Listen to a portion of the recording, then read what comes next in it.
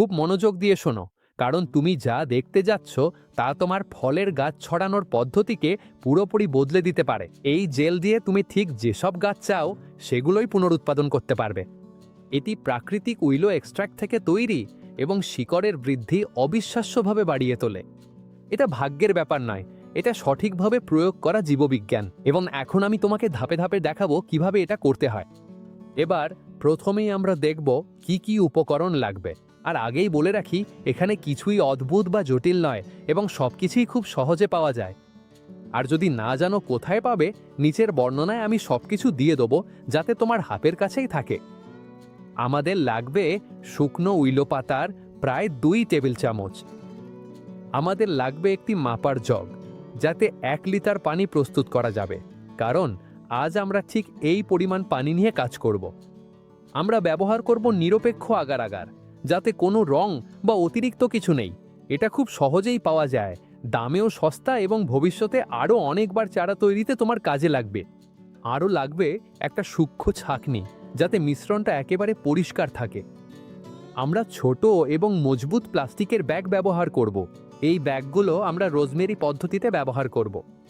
এছাড়াও আমাদের আরও কিছু একটু বড় ব্যাগ লাগবে, যেগুলো আমরা পরে অ্যাভোকাডো আর লেবু গাছের জন্য ব্যবহার করব। ব্যাগগুলো আটকানোর জন্য আমরা দড়ি বা প্লাস্টিকের টাই ব্যবহার করব, যা হাতের কাছে আছে তাই চলবে। আমি পরামর্শ দেব এগুলো যেন পরিষ্কার এবং ভালো অবস্থায় থাকে, যাতে কোনো ধরনের সংক্রমণ না হয়। অবশ্যই একটা ভালো ধারালো আর জীবাণুমুক্ত ছুরি লাগবে, এটা খুবই গুরুত্বপূর্ণ। আমরা কিন্তু ক্ষত নিয়ে কাজ করছি, তাই পরিচ্ছন্নতার ব্যাপারে অবহেলা করা যাবে না। এছাড়াও আমাদের গুঁড়ো দারুচিনি লাগবে, যেটা আমরা সরাসরি কাটার জায়গায় লাগাবো এবং পরে আরও একটি প্রতিরোধক হিসেবে ব্যবহার করব, যেটা আমি পরে ব্যাখ্যা করব। আর একটা স্প্রে বোতল লাগবে। সবশেষে উদ্ভিদজাত উপকরণ, 3টে রোজেমেরির কাটিং, একটা ছোট অ্যাভোকাডো গাছ এবং একটা লেবু গাছ। সবকিছু প্রস্তুত হলে এবার আমরা এই পদ্ধতির মূল ভিত্তি এবং আসল গোপন রহস্য তৈরি করব। এখন আমরা 1 লিটার পানি চুলায় বসাই। পানি ফুটতে শুরু করলে আমরা 2 টেবিল চামচ শুকনো উইলো পাতার গুঁড়ো যোগ করি এবং ভালোভাবে মিশিয়ে দিই। চুলা বন্ধ করে দিই এবং ভালোভাবে মিশে যেতে দিই। এখন আমরা সবকিছু ছেঁকে নিই, যাতে ইনফিউশন একেবারে পরিষ্কার থাকে। আমরা চাই কোনো ধরনের জৈব পদার্থ, পাতার টুকরো বা কণিকা যেন না থাকে। এবং আরও একটা গুরুত্বপূর্ণ বিষয় মনে রাখতে হবে, পানি ফোটানোর ফলে আমরা পানিতে বা উইলো পাতায় থাকা যে কোনো সম্ভাব্য রোগ জীবাণুর বৃদ্ধি রোধ করেছি। একবার ইনফিউশন পুরোপুরি পরিষ্কার হয়ে গেলে আমরা আবার সেটি চুলায় বসাই এবং এবার সরাসরি আগার আগার যোগ করি, 2 চা চামচ সমান করে, না কম না বেশি। মনে রেখো, আগার আগার কোথায় পাওয়া যাবে সেটার লিঙ্ক নিচের বর্ণনায় দেওয়া আছে। এটাই সেই নির্দিষ্ট পরিমাণ যা ইনফিউশনকে জেলি আকারে পরিণত করতে, ঘনত্ব দিতে এবং একটা স্থিতিশীল মাধ্যম বানাতে সাহায্য করবে। ভালোভাবে নাড়াচাড়া করি এবং যখন ফুটতে শুরু করবে তখন থেকে ঠিক 2 মিনিট গুনে নিই। 1 মুহূর্তের জন্য নাড়ানো বন্ধ করি না। এই 2 মিনিট পার হলে চুলা থেকে নামিয়ে একটু ঠান্ডা হতে দিই। আমরা এটা একেবারে গরম অবস্থায় ব্যবহার করব না, আবার পুরোপুরি জমাট বাঁধার আগেও না, কারণ ঠান্ডা হলে এটা পুরোপুরি জমে যায়। তবুও ধরো যদি তোমার আগার আগার ঠান্ডা হয়ে যায় বা জমে যায়, তাতে কোনো সমস্যা নেই। তুমি আবার গরম করলে এটা আবার গলে যাবে। তাই আদর্শ হলো যখন এটা একটু গরম এবং এখনও তরল অবস্থায় থাকে তখনই ব্যবহার করা। যখন এটা সেই নিখুঁত অবস্থায় পৌঁছাবে তখন আমরা প্রথম পদ্ধতি শুরু করব। আমরা শুরু করছি রোজমেরি দিয়ে। এই পদ্ধতির জন্য আমরা 3টি ছোট এবং মজবুত প্যাকেট ব্যবহার করব। আমরা 3টে সুস্থ রোজমেরি ডাল বাছাই করি, যেগুলোর দৈর্ঘ্য আনুমানিক 4 থেকে 6 ইঞ্চি। প্রথমেই আমরা নিচের অংশটা পরিষ্কার করি, সেই অংশের পাতা তুলে ফেলি যেটা প্যাকেটের ভেতরে থাকবে। এখানেই আমরা চাই শিকড় গজাক। এখন আমরা একদম পরিষ্কারভাবে নিচের দিকে কাট করি, ভালোভাবে জীবাণুমুক্ত করা ছাঁটাইয়ের কাঁচি দিয়ে। কাটার জায়গায় আমরা শুধু উন্মুক্ত টিস্যুতে গুঁড়ো দারুচিনি লাগাই। পুরো ডাল ঢাকার দরকার নেই, শুধু কাটা অংশটাই ঢাকলেই হবে। দারুচিনি আমাদের প্রথম কয়েক সপ্তাহে সুরক্ষা দেয়, ছত্রাকজনিত সমস্যার ঝুঁকি কমায়। এখন আমরা একটা ছোট প্যাকেট নিই আর এখানেই আসল রহস্যের মূল বিষয়টা তোমাদের সঙ্গে ভাগ করে নিচ্ছি। প্রথমে আমরা প্যাকেটটা আগে তৈরি করা জেল দিয়ে ভরি, আনুমানিক অর্ধেক পর্যন্ত পরিমাণে। জেল ভেতরে দেওয়ার পর আমরা কাটিংয়ের নিচের অংশটা ঢুকিয়ে দিই, নিশ্চিত করি যেন কাটা অংশটা পুরোপুরি ঢেকে যায়। এভাবে জেল পুরো টিস্যুকে ঘিরে ফেলে এবং শুরু থেকেই নিয়মিত আর্দ্রতা নিশ্চিত করে। এখন আমরা প্যাকেটটা ভালোভাবে বেঁধে দিই যাতে ঠিকমতো বন্ধ থাকে। একই প্রক্রিয়া আমরা বাকি 2টা কাটিংয়ের ক্ষেত্রেও ঠিক একইভাবে করি। এরপর আমরা 3টে প্যাকেটকে একটি পাত্রে রাখি যাতে সেগুলো ওপরে বা আধা উল্লম্ব অবস্থায় থাকে, যাতে জেলটা নিচে স্থির থাকে। এখন আমরা একটা বড় প্লাস্টিকের ব্যাগ খুঁজি যাতে ছোট্ট একটা গ্রিন হাউসের মতো পরিবেশ তৈরি করা যায়। ভেতরে রাখার আগে আমরা 3টে কাটিংকে হালকা করে দারুচিনির ওপর ভিত্তি করে তৈরি প্রাকৃতিক ছত্রাকনাশক দিয়ে স্প্রে করি, যেটা ভিডিওর শেষে বানাতে শেখাবো। একটা হালকা স্প্রেই যথেষ্ট। আমরা পুরো সেটটি বড় ব্যাগের ভেতরে ঢুকিয়ে দিই এবং মুখ বন্ধ করে দিই। ব্যাস হয়ে গেল। জেলটা জমাট বাঁধতে শুরু করবে এবং কাটিংটা তার প্রয়োজনীয় জিনিস পাবে, প্রাকৃতিক অক্সিজেন এবং কাটার গোড়ায় নিয়মিত আর্দ্রতা। এখান থেকে রক্ষণাবেক্ষণ খুবই সহজ। প্রতি 3-4 দিনে একবার আমরা ব্যাগ খুলে দেখি সব ঠিক আছে কিনা। প্রাকৃতিক প্রতিরোধক দিয়ে হালকা স্প্রে করি এবং আবার ব্যাগটা বন্ধ করে দিই। সিস্টেমটি এমন জায়গায় রাখা খুবই গুরুত্বপূর্ণ যেখানে বেশি বাতাস নেই এবং আলো পরোক্ষ সব সময় আধো ছায়ায়। প্রায় 10 দিন পর আমরা প্রথম ফলাফল দেখতে শুরু করব। পুরোপুরি গোড়ায় শিকড় গজানো কাটিং দেখতে পাবো। সাদা ও সক্রিয় শিকড় সেই জেলের ভেতরে বাড়ছে, যার ঘনত্ব একদম উপযুক্ত যাতে কোনো সমস্যা ছাড়াই বিকাশ ঘটতে পারে।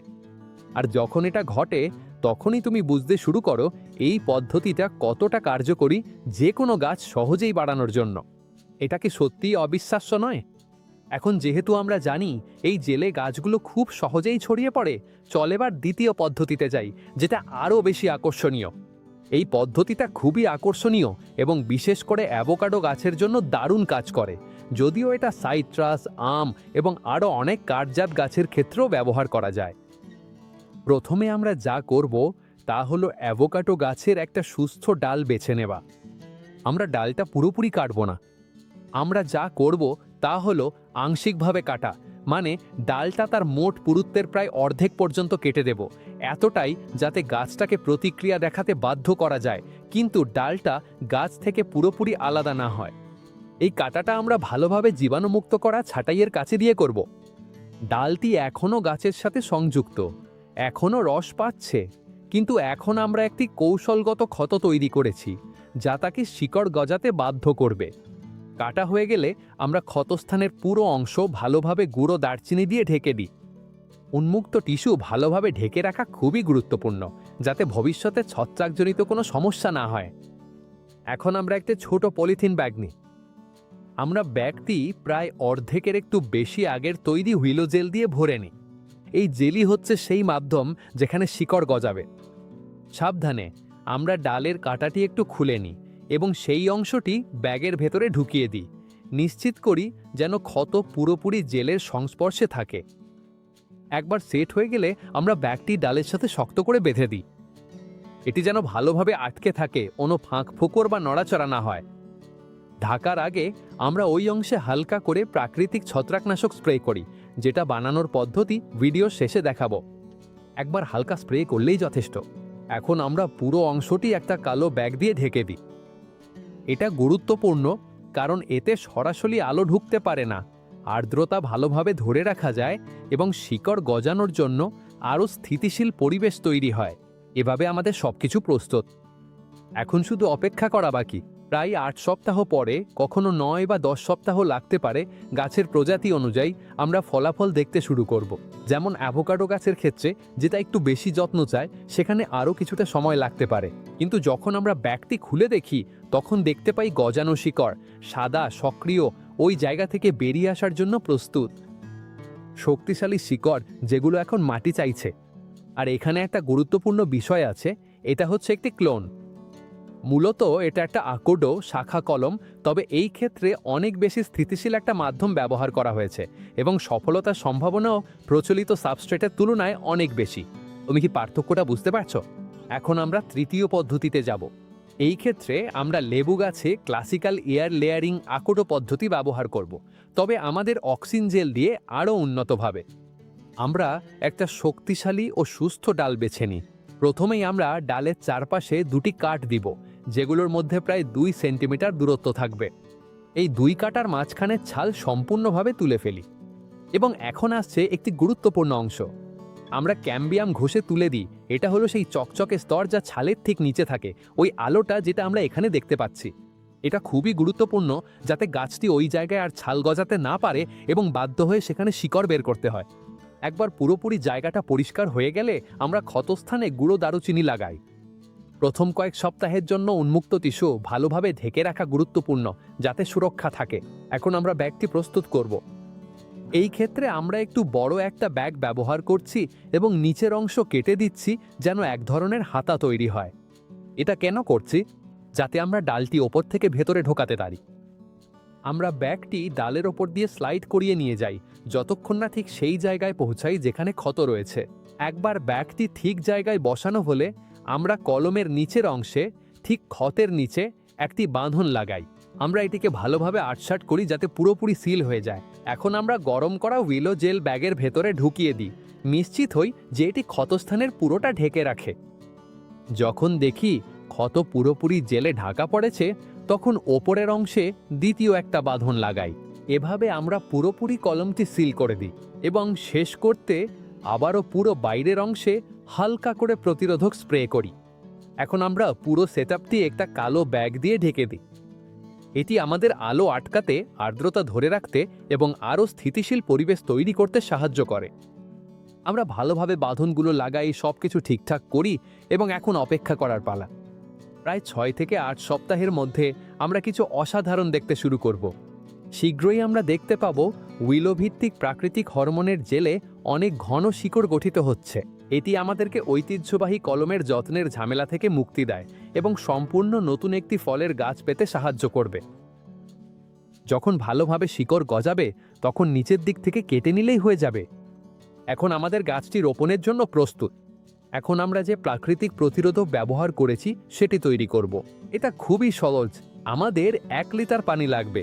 এর মধ্যে 1 চিমটি দারুচিনি গুঁড়ো যোগ করি, ভালোভাবে নাড়িয়ে নিই এবং তারপর একেবারে পরিষ্কার করার জন্য পাতলা কাপড় বা কফি ফিল্টার দিয়ে ছেঁকে নিই। এটি একটা স্প্রে বোতলে ঢেলে নিলেই হয়ে গেল। এখন আমাদের প্রাকৃতিক ছত্রাকনাশক পুরোপুরি ব্যবহারের জন্য প্রস্তুত। তুমি যদি এখানে পর্যন্ত এসে থাকো তাহলে দয়া করে এই ভিডিওটিতে লাইক দাও এবং আরও অনেকের সঙ্গে শেয়ার করো যারা আমাদের মতো গাছ ভালোবাসে এবং ফলের গাছ সম্পর্কে জানতে উপভোগ করে। তোমার সমর্থন আমাদের আরও এমন টিপস ও গোপন তথ্য শেয়ার করতে সাহায্য করে। আর মনে রেখো, যদি এখনও সাবস্ক্রাইব না করে থাকো তাহলে নিচে সাবস্ক্রাইব করো এবং বেল আইকনটি অন করো, কারণ সামনে আরও অনেক দারুণ ভিডিও আসছে। আর বেশি কিছু না, দেখা হবে পরের ভিডিওতে।